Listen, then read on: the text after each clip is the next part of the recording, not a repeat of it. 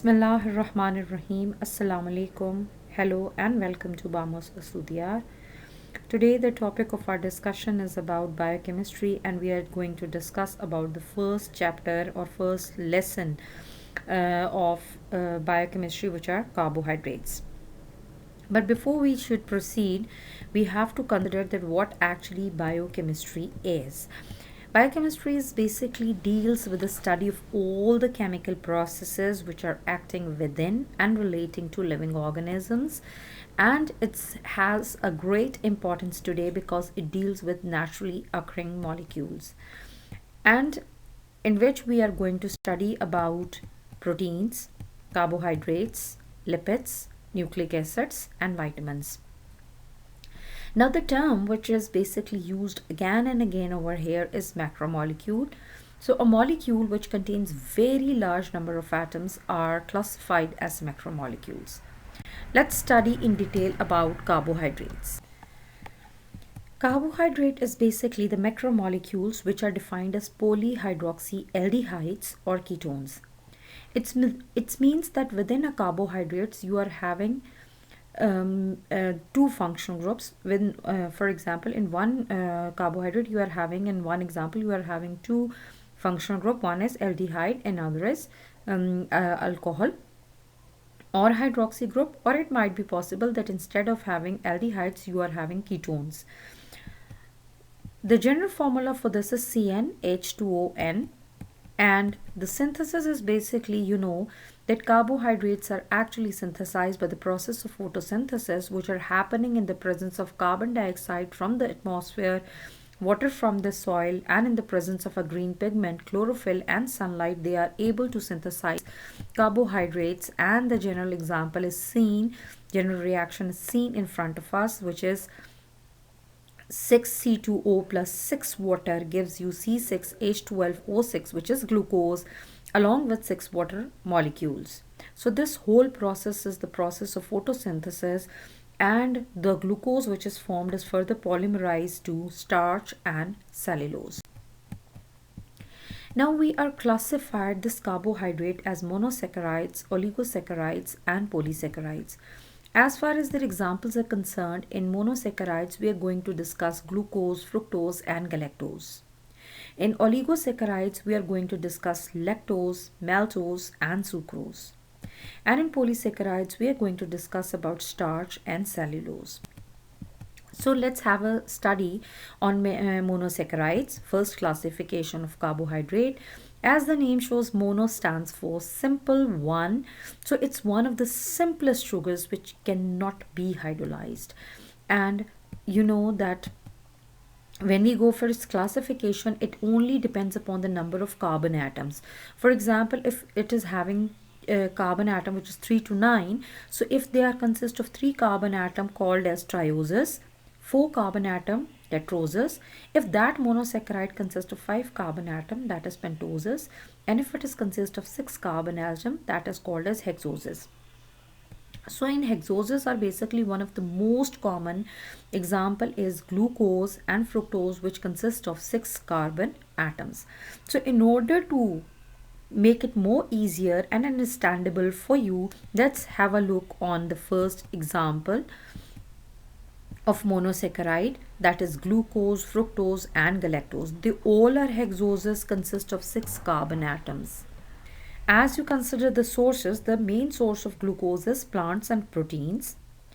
Sweet fruits and honey is the biggest source for fructose, and galactose is present in milk. So when we first consider the example of glucose in detail, we come to know that glucose is a pentahydroxyaldehyde.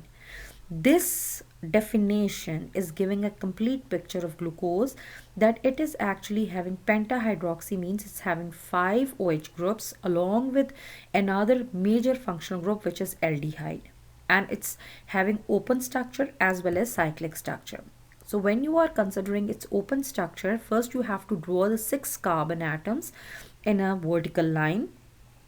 Then at first position you have to draw the aldehyde group, because aldehyde group is the most priority wise group or most higher priority group. So that's why it always occupy the terminal position, and that carbon always occupy the position number 1.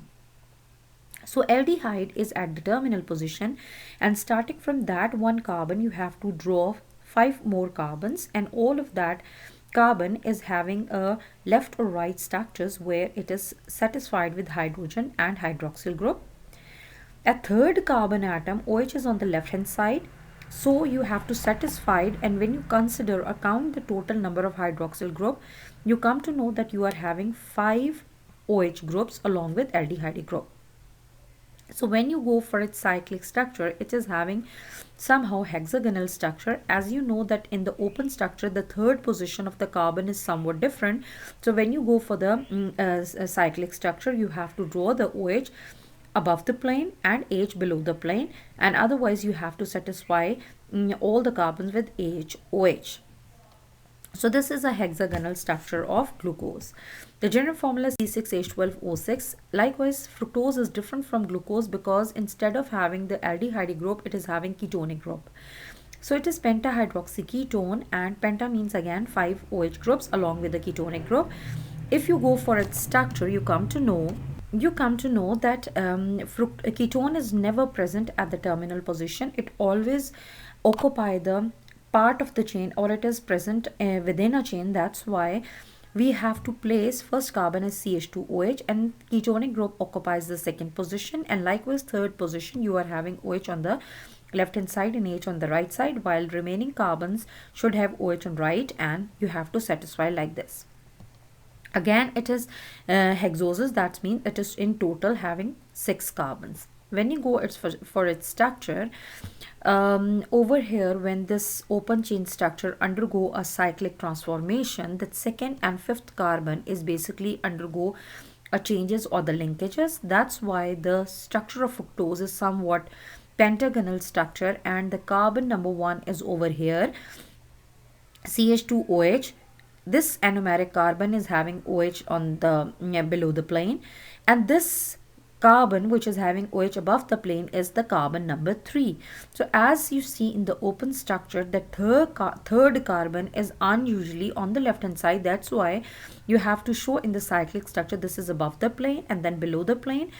And the last carbon, which is on the other side of oxygen, is basically carbon number 5, which is having CH2OH, which is carbon number 6, and then H over here. So if you recall in your mind, when the glucose structure undergo transformation, carbon number 1 and 5th is basically involved, but in the case of ketones or fructose, carbon number 2 and 5 is basically involved. That's why the structure is pentagonal for fructose and hexagonal for glucose. Similarly, when we go for the structure of galactose, this is again similar to structure of glucose. It's pentahydroxyaldehyde, and the only difference is there that in the structure of glucose, when you change the position of carbon number, when you change the position of OH at carbon number 4, you will get the structure of galactose. And likewise in the cyclic structure, you have to change the position of OH above the plane and H below the plane in case of or in position of carbon number 4, while remaining structure is similar to that of glucose. So when we go for its characteristics, they are sweet in taste, they are soluble in water, they are having a white crystalline solids, they cannot be hydrolyzed, and they are normally reducing sugars, and because they are reducing in nature. Hydrolysis is the chemical breakdown of the molecule by adding water to produce smaller molecules, because as they are the single unit, so that's why they cannot be broken down and they cannot be hydrolyzed. So next classification or the category is the oligosaccharides, and oligosaccharides normally consist of 2 to 9 units of monosaccharide units on hydrolysis, and they are classified on the basis of the units of hydrolysis they produce on hydrolysis, that they might be disaccharide if they produce 2 units, they are trisaccharide if they are producing 2 units of monosaccharide, and they are tetra is for 4 saccharides if they can produce 4 monosaccharide units on hydrolysis. Now, over here, up till to your syllabus, you are basically concerned with the disaccharide, and the most common example which we have to discuss over here is sucrose. Sucrose is actually the normal sugar which you are using in your daily lives, and it is present in sugar beet, that is chukandar, sugarcane, ganna, and fruits. Lactose is specifically present in milk and your dairy products, and maltose is present in your cereals. Now, when we go for the structure of glucose, the glucose is basically composed of, you can say, when you hydrolyze that sucrose, it's split into glucose and fructose. And when you go for its structure, glucose and fructose, they combine together by 1,2-glycosidic linkage, and that 1,2-glycosidic linkage will make it non-reducing.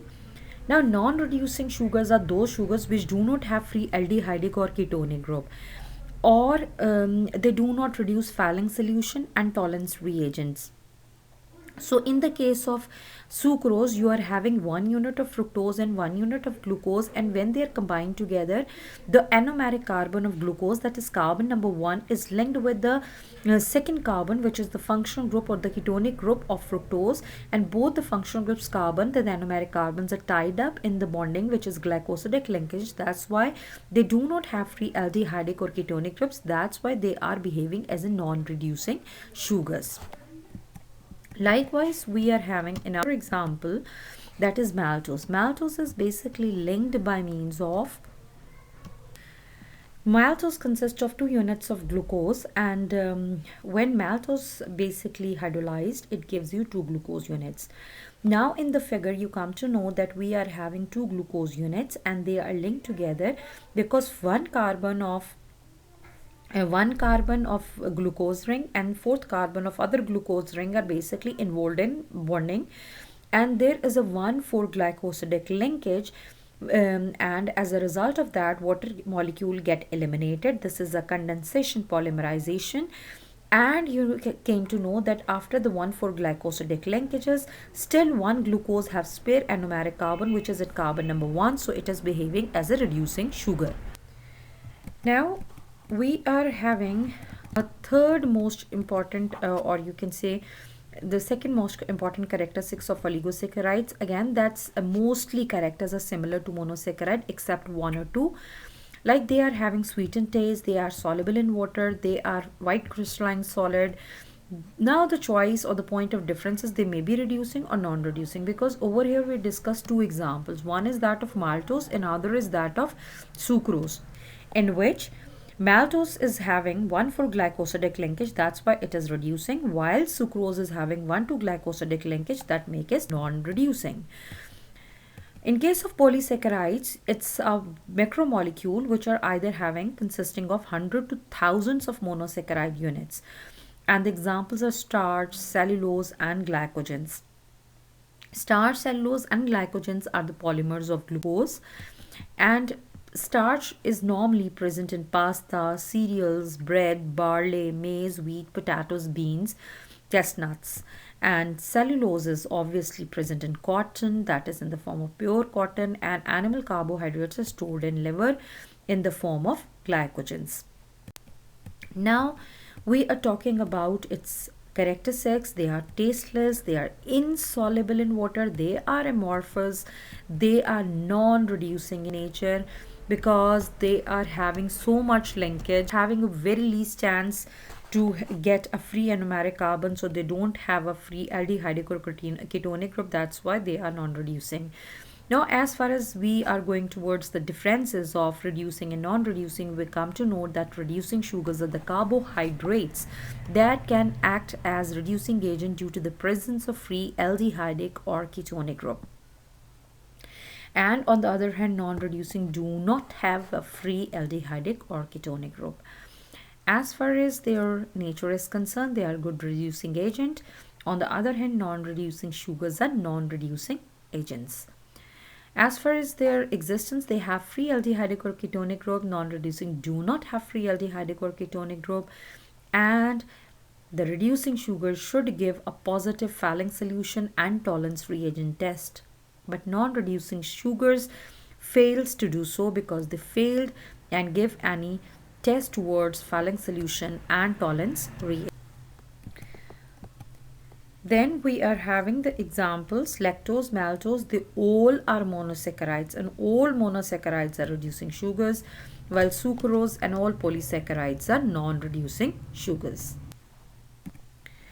Now this is the last table in which you are having a complete summary and which helps you a lot. Monosaccharides, the general formula is C6H12O6, and the examples which we are going through is glucose, fructose, galactose. They are mostly present in fruits, honey and digested milk. Disaccharides are C12H22O11, in which we have discussed the example of maltose, which is the combination of glucose and glucose. Sucrose is the combination of glucose and fructose, and lactose is a combination of glucose and galactose. And they are mostly present in barley, table sugar, and milk. Polysaccharides is the complex carbs, biggest macromolecules, general formula is C10H5O5N. Starch, cellulose, pectin, and glycogens are basically polysaccharides present in bread, cereals, fruit cell walls, liver, muscle cells, and pasta. Thank you so much, and I hope you consider this topic as very helpful for your exams. Allah Hafiz from my side.